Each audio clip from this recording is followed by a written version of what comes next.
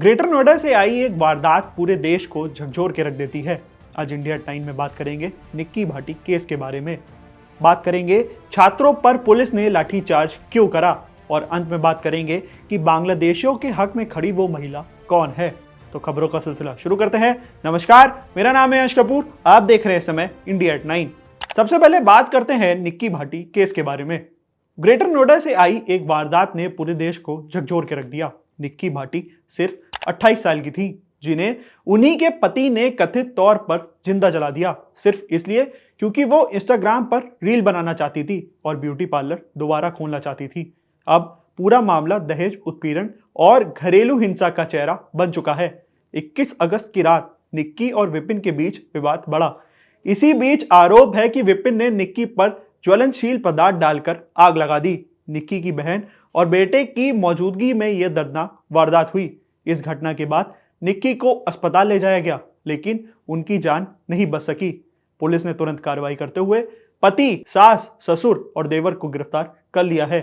मांगों की लिस्ट लंबी थी और सोशल मीडिया पे रील्स का विरोध बरकदर दिख रहा था। इस वारदात की पृष्ठभूमि आपको बताते हैं। निक्की भाटी की मौत ने समाज के सामने कई सवाल खड़े कर दिए। क्या दहेज का लालच अभी भी नहीं रुका? महिलाओं के सपने और आजादी पर कब तक पहरेदारी होती रहेगी? India.com की टीम इस मामले में लगातार नजर बनाए रखे है। आपको बताते चलें कि 21 अगस्त को ग्रेटर नोएडा में 28 वर्षीय निक्की भाटी को उनके पति विपिन भाटी ने कथित तौर पर घर में ही जला दिया।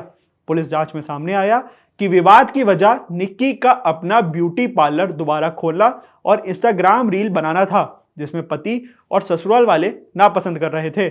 निक्की को गंभीर हालत में दिल्ली के सफदरजंग अस्पताल ले जाया गया, लेकिन रास्ते में ही उन्होंने दम तोड़ दिया।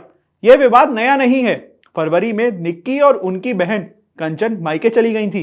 मार्च में पंचायत बुलाई गई और यह तय हुआ था कि दोनों बहनें रील बनाना बंद कर देंगी, लेकिन रील फिर से शुरू हुई और झगड़ा फिर भड़क गया।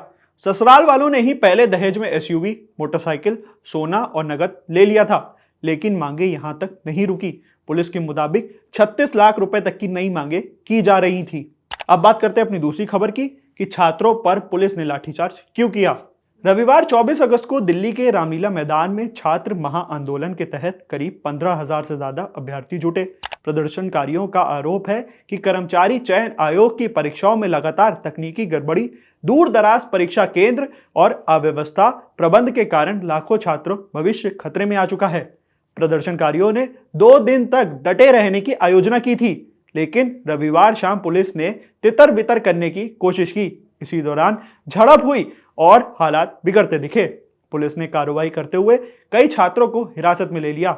छात्रों और शिक्षकों का कहना है कि उन्होंने पहले अनुमति दी गई थी, लेकिन अचानक पुलिस ने बिजली काट दी, जबरन खदेड़ा और यहां तक कि लाठीचार्ज भी करा। कई छात्रों को चोटें भी आई हैं। प्रदर्शनकारियों की सबसे बड़ी मांग है कि एसएससी को तुरंत अपनी मौजूदा परीक्षा एजेंसी को बदलना चाहिए, क्योंकि ये एजेंसी तकनीकी एवं प्रबंधन दोनों स्तर पर विफल है। उनका कहना है कि सर्वर क्रैश हो रहा है, बायोमेट्रिक्स में समस्या आ रही है और नतीजे देरी से मिल रहे हैं। ऐसी गड़बड़ियां सामने आ रही हैं और विश्वसनीयता का बड़ा सवाल भी खड़ा हो रहा है। अब सवाल है कि क्या सरकार और एसएससी इन दोनों मांगों पे कदम उठाएंगी। छात्रों का आक्रोश साफ झलक रहा है और तब तक संघर्ष जारी रखने की चेतावनी दी जा रही है, जब तक परीक्षा प्रणाली में पारदर्शिता और सुधार लागू नहीं कर दिए जाते। अब रुक करते हैं अपनी तीसरी खबर का कि बांग्लादेशियों के हक में खड़ी वो महिला कौन है। मानव अधिकार कार्यकर्ता और पूर्व योजना आयोग सदस्य सैयदा हामिद अपने हालिया बयान को लेकर के विवादों में घिर गई हैं। उनका कहना है कि बांग्लादेशी भी इंसान है और उन्हें जीने का अधिकार है। इस बयान के बाद राजनीति गर्मा गई है। केंद्र मंत्री किरण रिजिजू ने इस पर हमला करते हुए कहा कि इंसानियत के नाम पे देश को गुमराह करना और भारत के खिलाफ कही गई बात है। वहीं असम के मुख्यमंत्री हिमंता बिस्वा शर्मा ने इस पर तीखी प्रतिक्रिया देते हुए कहा कि सैयदा हमीद जिन्ना का सपना पूरा करने की कोशिश कर रही हैं और यह बयान अवैध घुसपैठियों को जायज ठहराने की कोशिश है। अब सवाल यह है कि इस विवादित बयान के बाद किस तरह की प्रतिक्रिया सामने आएगी और सरकार पे क्या कदम उठाने का दबाव बनेगा। इंडिया 9 में पूरी घटना हम आपके पास लगातार लेके आते रहेंगे। तमाम ऐसी वीडियोस के लिए बने रहिए हमारे साथ, देखते रहिए India.com। Thank you for watching.